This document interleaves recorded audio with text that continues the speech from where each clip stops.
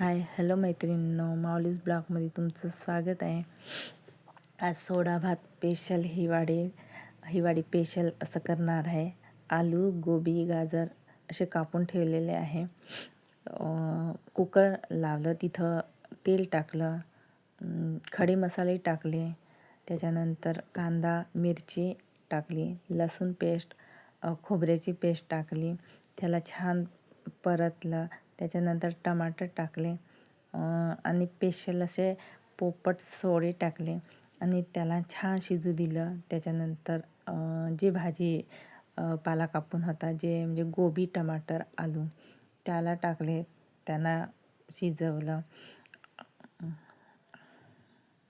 आवडीनुसार तिखट, मीठ, हळद चवीनुसार टाकून त्याला परतलं.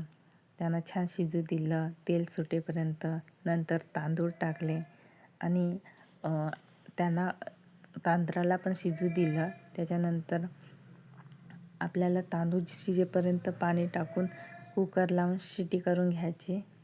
3 शिट्या होऊ द्यायचं. त्याच्यानंतर भात रेडी, म्हणजे आम्हाला तरी नरम छान लागते. त्याच्यानंतर भात तयार, गरम गरम टमाटरची कढी आणि भात, सोडा भात स्पेशल हिवाळीमध्ये गरम करून खावा. मस्त वाटते. मस्त खा, स्वस्त राहा.